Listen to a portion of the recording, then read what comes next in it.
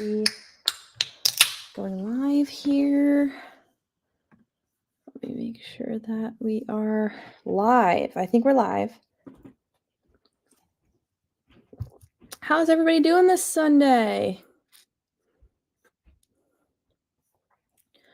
Hope everyone's having a lovely start to their week, kind of.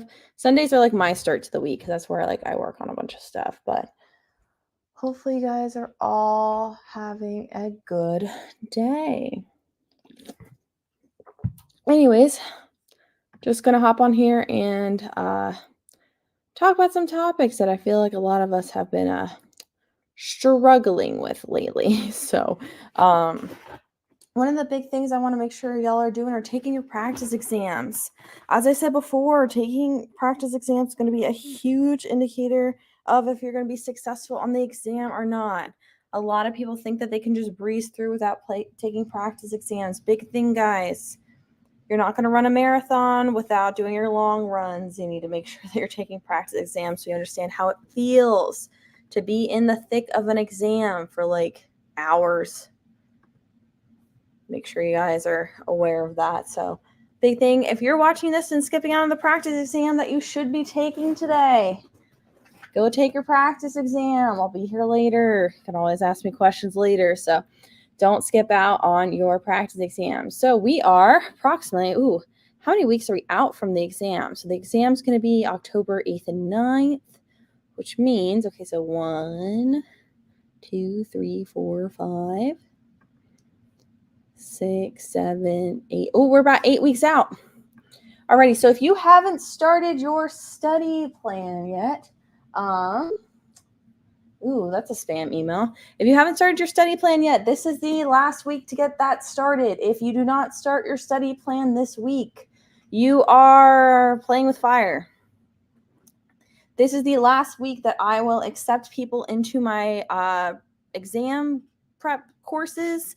After that, I tell them that it is too little time and I feel like they won't be able to maximize their use in the course. So again, if you've been putting off your studying, I'm not saying join my course or anything like that. If you've been putting off your studying, this is your sign. It is time. And if you're like, where do I start? Take a practice exam. That'll be a good place to see like what's working, what's not working, where you're at. So that's my biggest advice. Take a practice exam to start. But if y'all have any questions, feel free to ask. I am here to ask. I'm here to answer your questions. There's a lot of stuff that's going to start happening. So a big thing just to be aware of is we'll have Labor Day coming up. So just be aware of like what your plans are for that so you don't sacrifice your studying. One of the things that you guys should never sacrifice is your practice exams. So make sure y'all take those. Yeah, that's pretty much the big thing. Yeah. Hopefully everybody is getting what needs to get done. What are some other things that I wanted to let y'all know about? Oh, when you guys are looking at your practice exam, so like the first thing I look at when I see a practice exam results is I look at the section trend. So how did you do between section 1, 2, 3, 4? Like, are you running out of steam? Are you starting out strong? Are you starting out weak and then getting better? Like just seeing how you're doing during the actual test, because your vibes during the test, that's the easiest thing to change. So if it's more of an endurance thing or something like that, that's the easiest thing to just switch around and fix up. Content takes a little bit longer. Test taking strategies you can learn, but really just want to let y'all know a big thing is understanding the test. I know a lot of people want to learn the quick test taking strategies and just get it over with, but here's the thing, guys. Do you want your surgeon to just like only know what they're doing because they use test taking strategies, or do you want them to actually understand the content? Like that's a big thing. I want y'all to make sure you understand that. So yeah. So make sure y'all are understanding the exact material. When you guys are looking at your exam results, then you'll see the section that talks about like data collection and like diseases that impact treatment. So like data collections, like are you able to identify the keywords? Do you know what's going on? Are you identifying signs and symptoms? Which that kind of goes hand in hand with the diseases that impact treatment. So like Do you understand what the diseases are doing and what's going on with them? Hi, Dad. How are you? Hopefully you're having a good day upstairs, hiding. But yeah, if anybody has any questions, just let me know. Just going over some stuff that I noticed people have been struggling with. Another thing that everybody, for those of you who are on clinicals right now, another thing that, and if you see me looking this way, it's because I got TikTok over here. Another thing that I noticed a lot of people struggle with is like MMT and, goniometry. So a lot of people are like I struggle with doing this because like my CI wouldn't let me do it. You need to tell your CI, like, it is important. First of all, it is underneath your like benchmarks for CAPT, like to be accredited. Like it's underneath your benchmarks to understand how to do this properly. Like you need to be trained on how to do it. If the PTA is like, well, the PT doesn't let me do it, then go sit in on some evals and collect some objective measures. Like you need to make sure you're doing that. Advocate for yourself. Make sure they know that this is an important thing for you to do. Practicing MMTs, practicing goniometry, and basically telling your CIs, hey, this is something I need to practice and I need to work on, because it's nearly impossible to try to do this later down the line to try to figure it out. So if you're a CI watching this or like already a licensed clinician, let your students freaking practice this, because nothing irks me more than a student who comes in and is like, I don't know how to measure knee flexion. I'm like, are you serious right now? Like as a clinician and as like somebody who's helping people, like that is so, and like I'm not saying this in a bad way or a mean way, like that is such a basic skill, and that should be something that you should be practicing and being allowed to do. So the only reason why you wouldn't know how to do that is literally if nobody was letting you practice it or you weren't practicing it at all. So advocate for yourselves. Make sure you guys, if you're a CI, please let your students do this. Like advocate for yourselves that this is something you need to learn, not only for clinical practice, but for the boards as well. And you might argue, well, PTAs aren't doing the reeval. You can collect the objective measures for the reeval. If you see a patient's knee flexion, it looks like it's getting better, you can measure it. It's completely within your scope of practice. And if you're a PT student listening to this, you're like, why are PTAs measuring things? It's within our scope of practice. Let the PTAs measure things. It's not all of a sudden bad. Now, interpreting that's what the PT is going to be doing for the reeval. Like, are we approaching the goals? Are we making progress towards the goals and stuff like that? That's the PT's job. But, oh my gosh, take the freaking objective measures. Sorry, that's just something that really irks me. So sometimes it's literally like your CI is not letting you, which is not cool on their part. Yeah. Does anybody have any questions? This is really quiet today. Nobody's asking anything. Y'all are extra quiet. Is everybody taking the exam in October, or are you guys taking it later?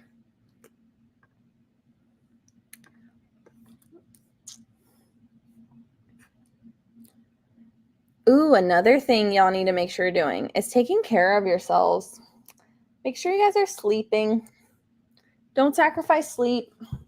I don't know if you guys are watching the Olympics, but Gabby Thomas is the one she won the 200 meter, and then she was in the relays for, I believe, both the 4x1 and the 4x4, I think. I want to make sure I was do that. Her entire like training is based off of her sleeping. So that's how important sleep is for her, and she's winning things. So she must be onto something. So don't sacrifice that.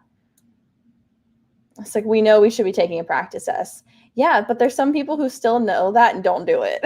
That's the thing. That's just the problem with some people, is that they won't do it.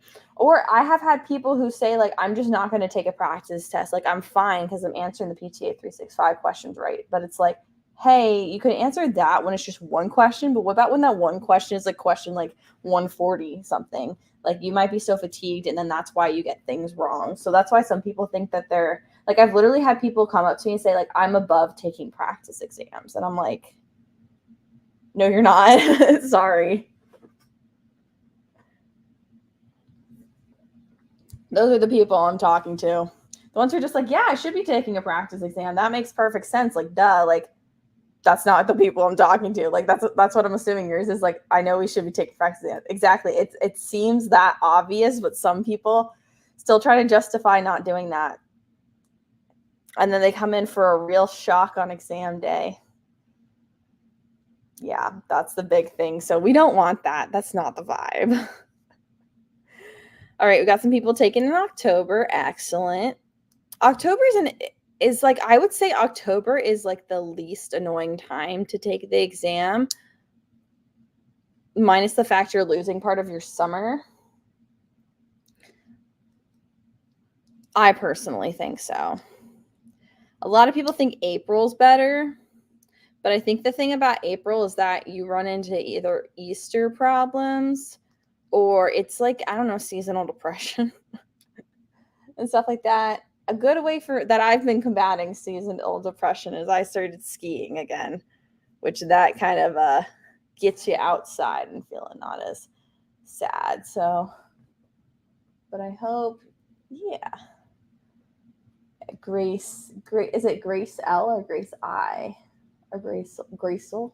I'm not sure. I'm sorry if I'm saying it wrong, but yeah, that's the big thing. So just want to make sure everybody's not freaking out too much, because I think right now people don't freak out usually until we hit September, because that's like the thing. Like you don't realize how close October is until like summer ends, and then you're like, oh my god, it's like a month from now, and then you start panicking, and then I get people messaging me.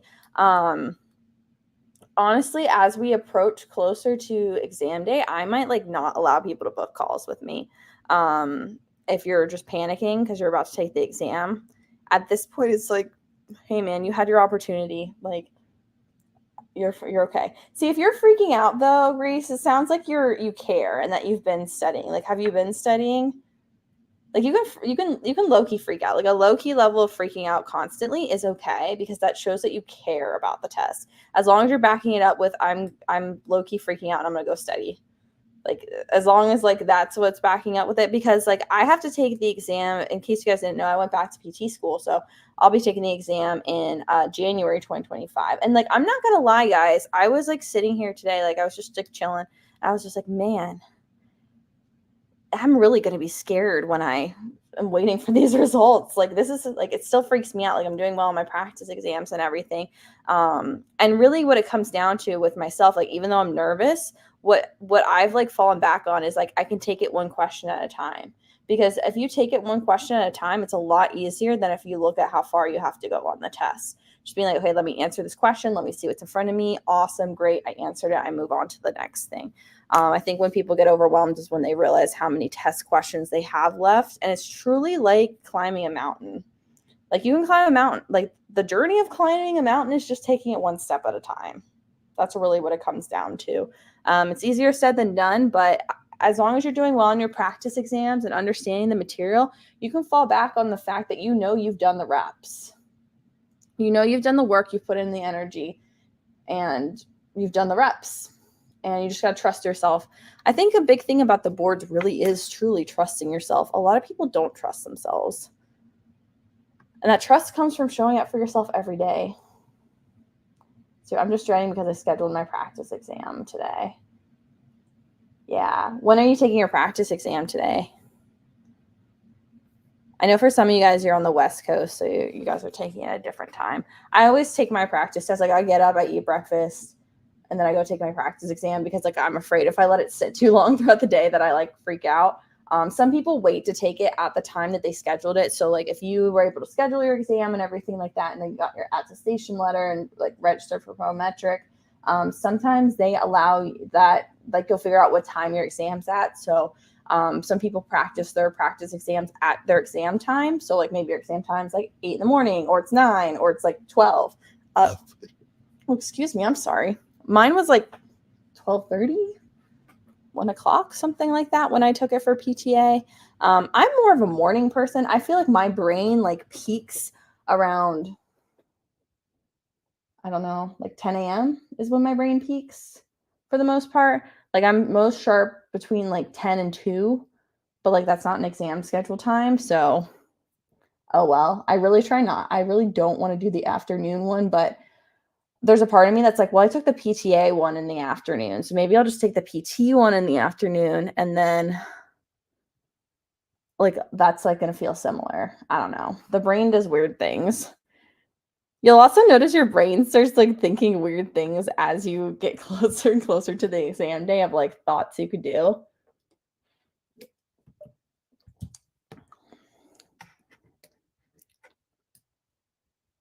It starts to freak you out. That's a big thing. Um, Yeah, so big update. I just redid the precautions video.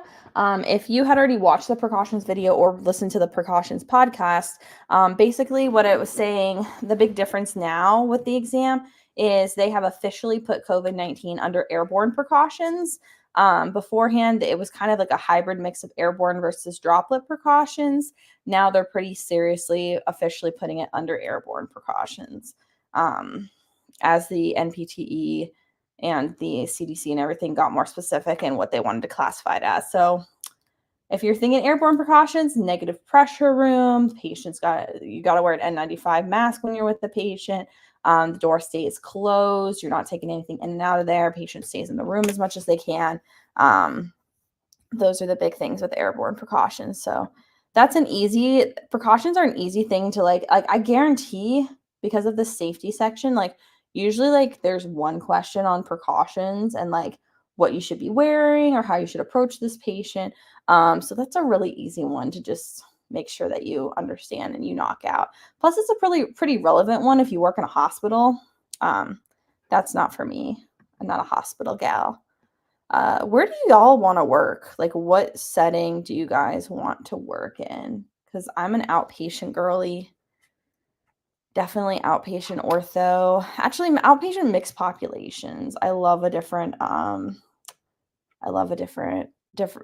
groups of people, different populations. That's my kind of vibe.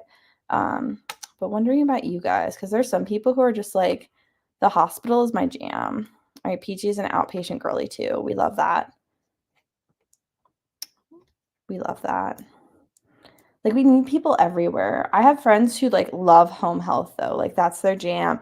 They like literally only want to work home health. I think Margie on not just a PTA, she loves home health. That's like her jam. Sniff. I know some people who they love that they want to work in a sniff. That's their favorite population. I do like working with geriatric patients. I think they're pretty funny. They're very set in their ways, which is hilarious because like just they're so they'll double down. And I'm not gonna lie, I'm fine with somebody doubling down on whatever they feel like. Like, I'd rather somebody double down than like be flip-flopping and stuff like that. Because then at least I know what I'm gonna get every time. So they're very predictable, but they're just funny. So sniff is cool. Ooh, inpatient peds. One of the people that I worked with had a PICU internship, so pediatric ICU internship. So yeah. Oh, Dylan's giving a bunch of likes to the live. Thank you, Dylan. We appreciate that. Yeah, pediatrics. That's an interesting group. I'm not a big peds person. I'm really not, but kids are funny. I've never been roasted harder than by a child. Never in my life. I have this one kid we work with, and every time he comes in, I say hi, kid's name. He's like all offended. I know his name. He's like, why do you know my name? And then he like side eyes me and then keeps rolling away in his little power wheelchair. I'm like, okay, man. Sounds good. I was like, just saying hello. My goodness. Just, I don't know. This kid's just like roasts me, but he's funny. But I told him that I'm leaving this week, and he's just like, oh. And I'm just like, what does that mean? Sniff or inpatient, not a fan of outpatient. Sounds good. Yeah, I am just not a fan of inpatient. It's just so funny how we all end up with the same degree, go through the same classes, do the same kind of internships, and then we all just want to do different things. I just find it so fascinating. And like even like I did outpatient and then I went to PTA school. And then I was really hoping to see what inpatient was like, and I was like, nah. And then I went to PT school, and then I had an inpatient ICU rotation. I was like, absolutely not. No, I don't want to do this. But now I know. I definitely think getting used to seeing different settings is going to be key. Recommendations on how to study when you feel comfortable with everything's made a 594. So if you feel comfortable with everything, then it's a test taking problem. So if the content is not concerning to you, then it's test taking. So saying, what are you doing on test day? What are you doing when you're taking your tests? Are you speeding through it? Are you like getting caught up? Are you not starting strong? All of those sort of things. So really, are you selecting the wrong answer? Are you between two answers? Are you changing answers? Like that's the stuff you should be focusing on. So taking practice exams and identifying those kind of issues, that's going to be the fastest way to get your score up. Especially getting your score up in the data collection. No, not data collection, in the diseases that impact treatment and the intervention section. Sorry, guys. My area is under a boil water advisory, so we got sparkling water. It's making me burp a little bit. What does it mean when your application on the board says circulation? I don't know. What is circulation? I've never heard that word.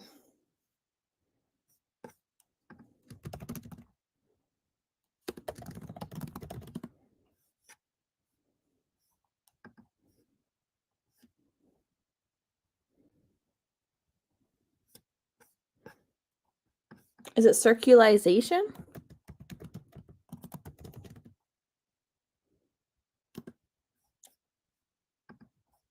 Circularization?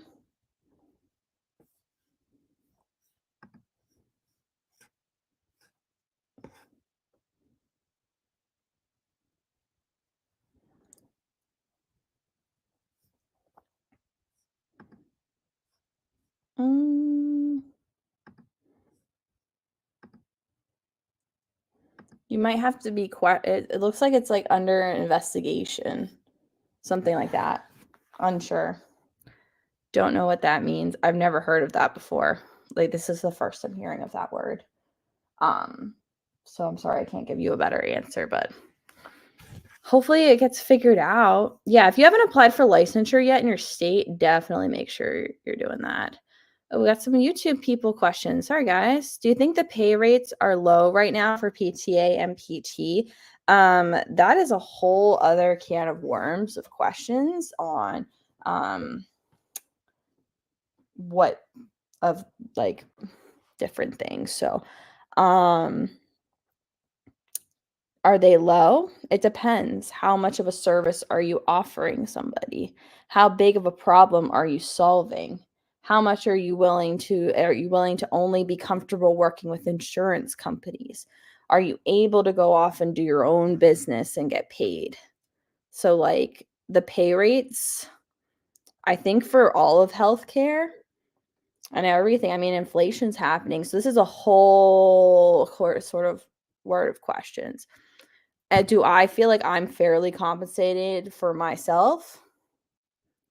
I go to the clinic and I use that as my socialization time and my enjoyment time. So, I mean, like, I get paid for it when I work, but also I'm paying to do it right now with clinicals.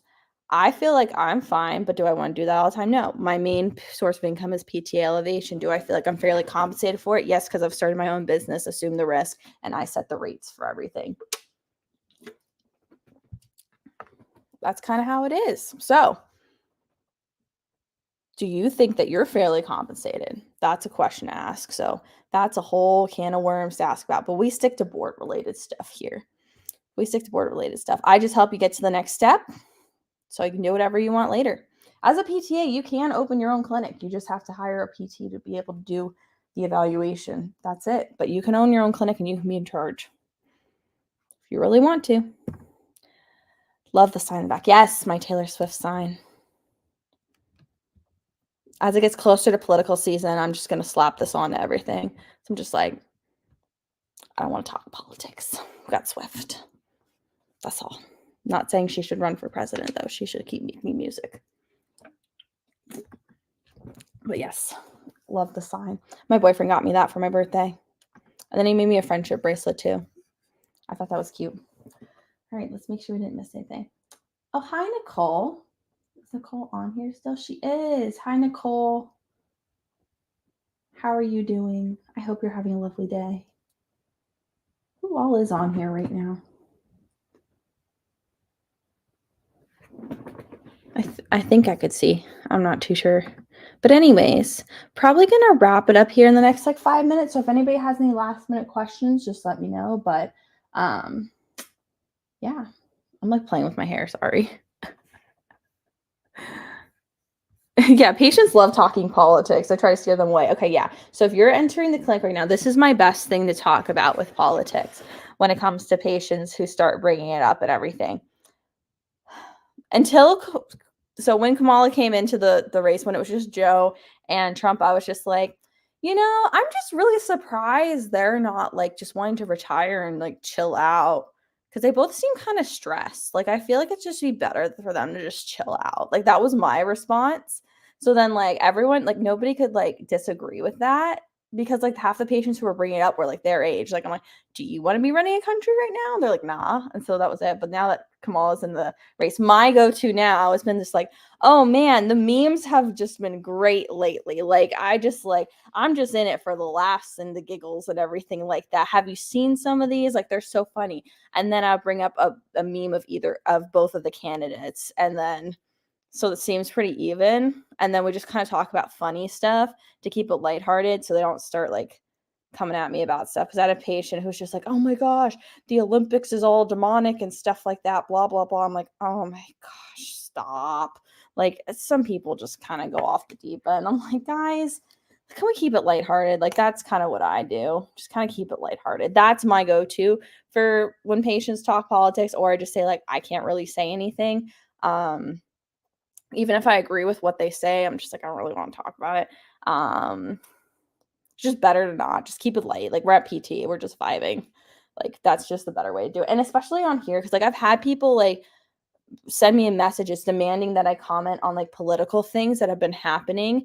And I'm just like, guys, my role here is to help people pass the boards. I'm not commenting on any political things one way or the other. Like I'm here to help people pass the boards. And you demanding I talk on something is weird. I want everyone to be peaceful and just get better. That's my vibe. So I'm like, yeah, some people are a little crazy. Any practice tests you recommend? So definitely take the PEAT exam. So PEAT.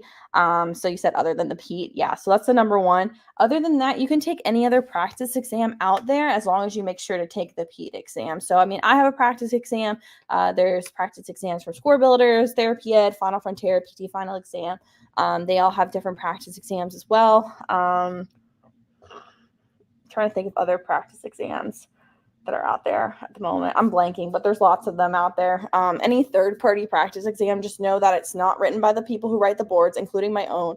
So the wording might be a little bit different. But just understand with every third-party practice exam you're taking, the content that they're asking you about will show up on the test. So even if the way they word it is different, if they're asking you about adhesive capsulitis, that'll show up on the exam.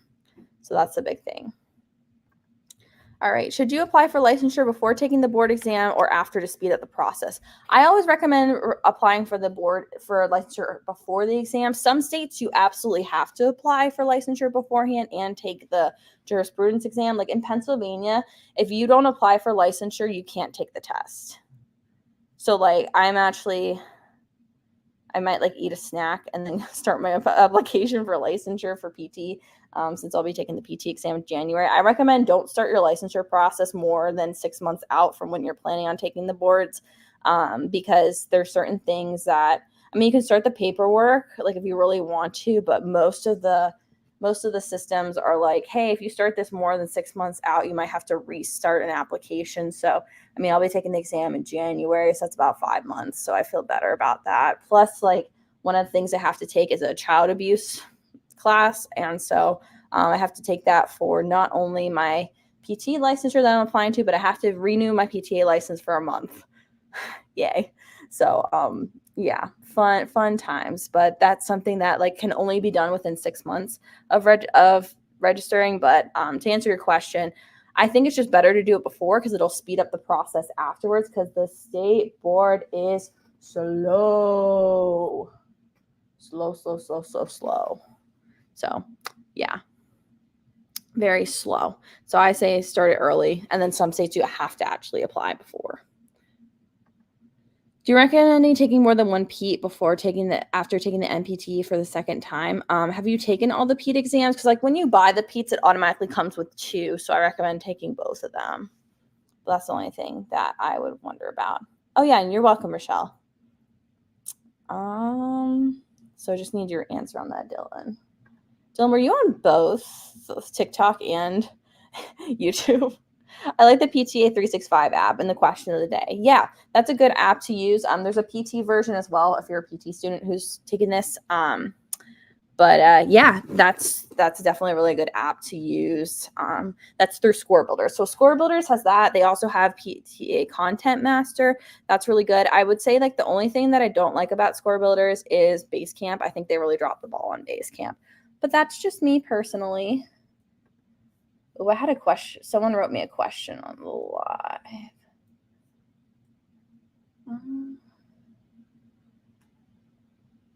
Oh, thank you. All right. Are you on here, Ashley? No. Not sure who's on here. All right, friends.